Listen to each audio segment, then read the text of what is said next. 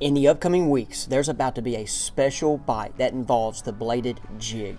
I'm about to go through a full breakdown of a recent fishing trip from a few years ago to where it matches the weather that we just experienced here in central part of the United States, guys. Welcome to the Fishing Coach YouTube channel. My name is Jimmy Eastling, Coachy. Let's get into the video.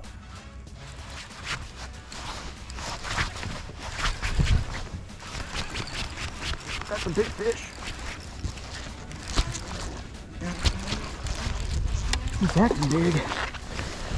Sir.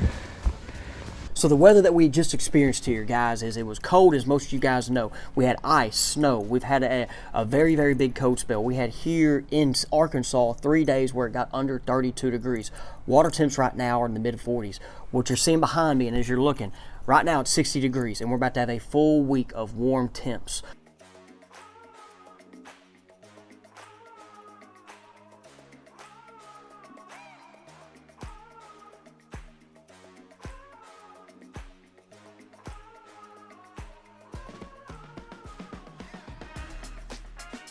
Oh yeah, another good one.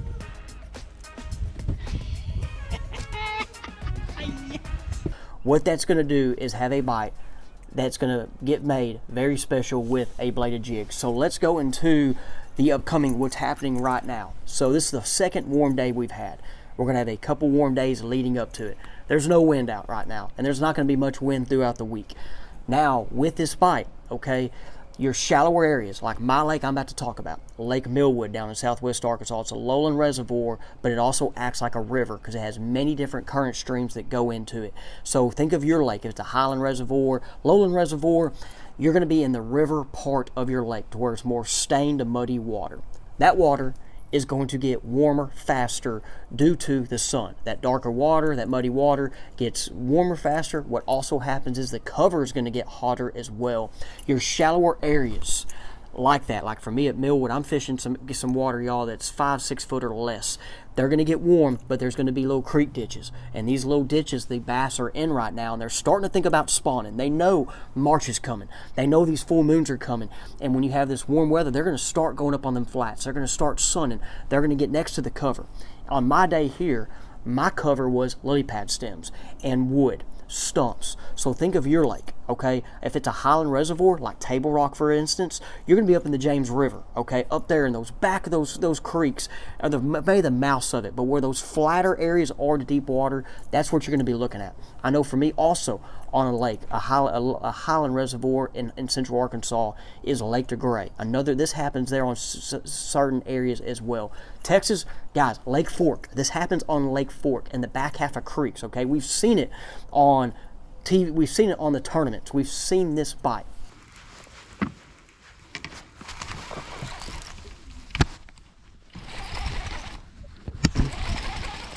Oh, that's a good one. That's a giant.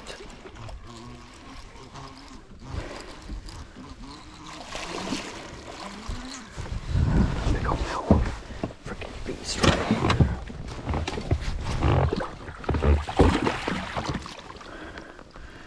Yeah. Yes, sir. Millwood tank. Right there. A Millwood tank. Boom. Boom, boom, boom, boom. A Millwood tank. Look at that fish.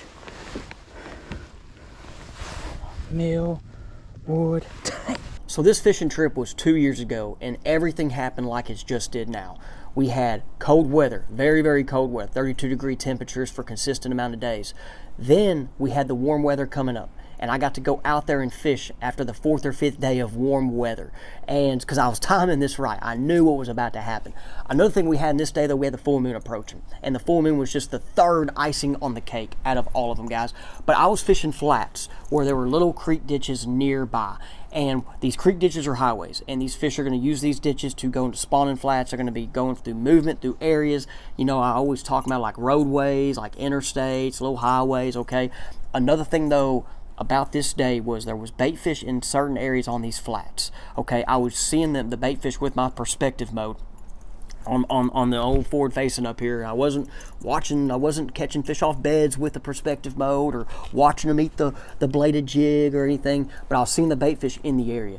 And the bait fish on the flats with the lily pad stems was just a double whammy, is what I call it. It's just something, two things in one. You have lily pad stems that are warming up, you have the bait fish, bass are going to be in the stems, they're going to eat the bait fish, boom. It seemed like every patch that I pulled up on where there was lily pads, stems, and bait fish in it, I was getting bit. Now, I was not throwing directly in the bait fish with the bladed jig. I was throwing this thing on the outside edge of the pads. I was throwing this up in there on the pads, and I was getting bit. So, like, those bass were not always in the bait. They were sitting nearby, and they were waiting for them to come by.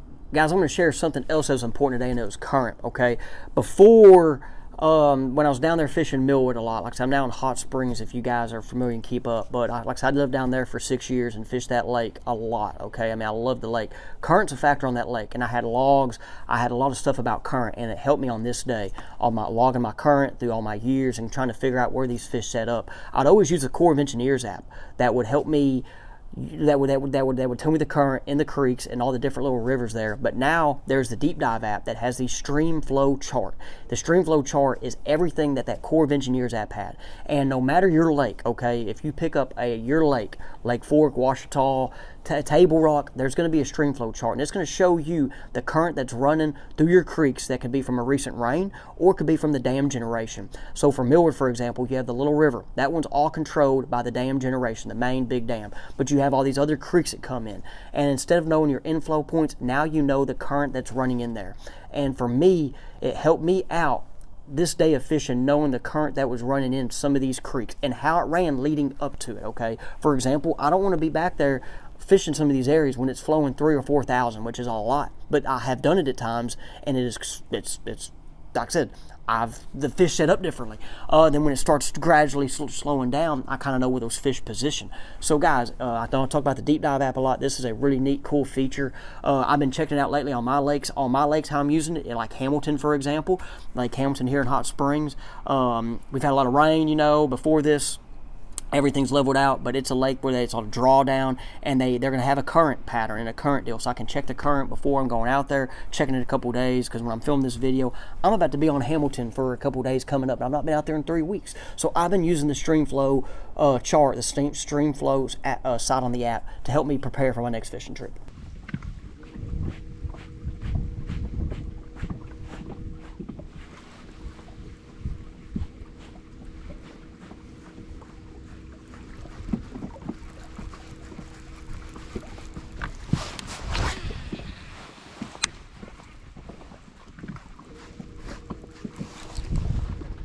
No, that's one.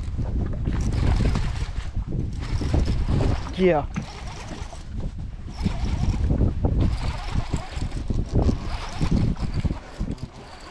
Stay down, girl.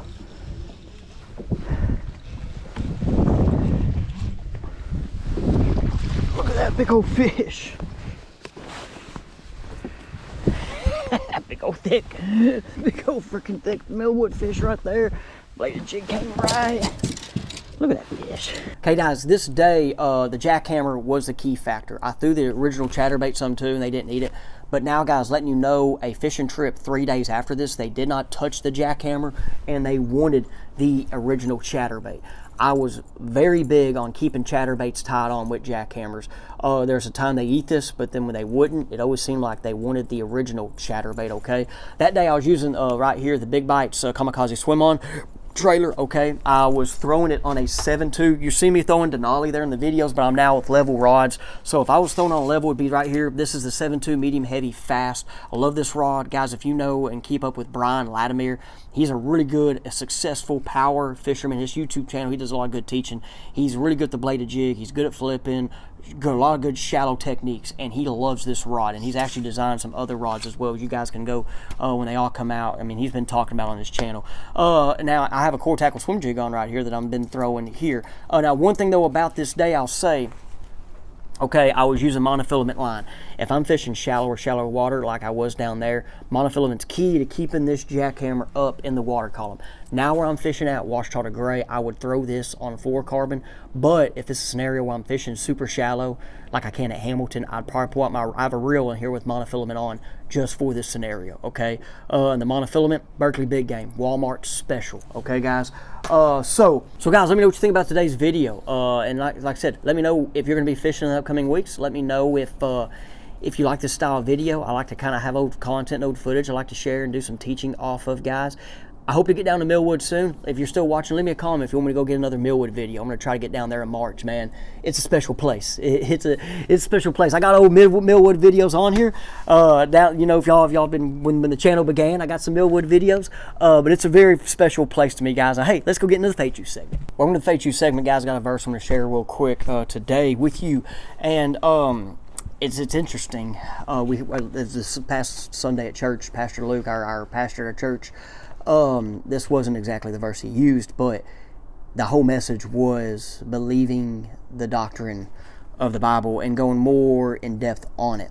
Because you hear Jesus is coming back, but there's so much scripture behind it, and there's so many different, ways to look further in on it. And so, I mean, reading through James, right? Earlier, here we are. Here's one of the scriptures I was going to share with you guys is, and we talk about it, we've talked about it, know that, hey, and you say we talk and hear that, hey, Lord's coming back, but some people are really like there are people that are out there like wake up and like are praying today and like wanting to know if it's today, and we don't know, but that's what I'm getting into is the patience. So James 5 verse 7, be patient, therefore, brothers, until the coming of the Lord. See how the farmer waits for the precious fruit of the earth, being patient about it until it receives the early and the late rains. You also be patient, establish your hearts, for the coming of the Lord is at hand. Okay, and then he keeps on going. Like I said, I love James. We've been talking about James and a couple of the faith juices. And it's saying being patient, like, it's interesting because it's here, it goes through, like it just shared the farmer waiting for the fruits of the earth.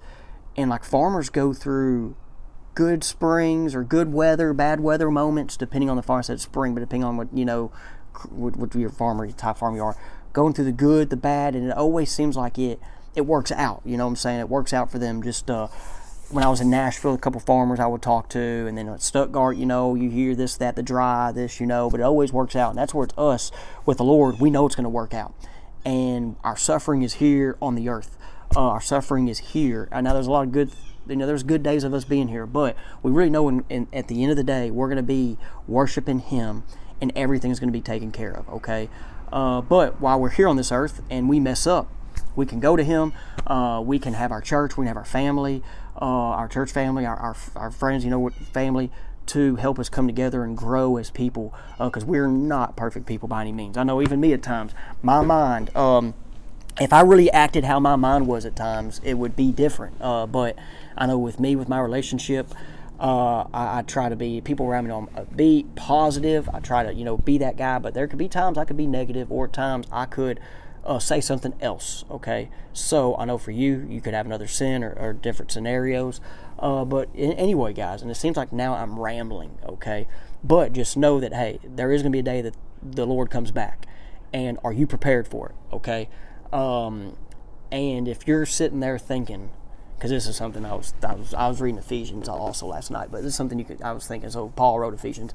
If you're thinking that I'm not worthy of the Lord, of Jesus, I've messed up too much, or I'm just not a perfect person, I'm not, and you don't gotta be perfect. None of us are perfect, but like you're thinking you're not a good person, guys. The Lord used Paul to write most of the books in the New Testament, and Paul was somebody that killed Christians, okay? And he was anti-Jesus and anti-God, and the Lord found a way to use him. So the Lord can use you as well, all right?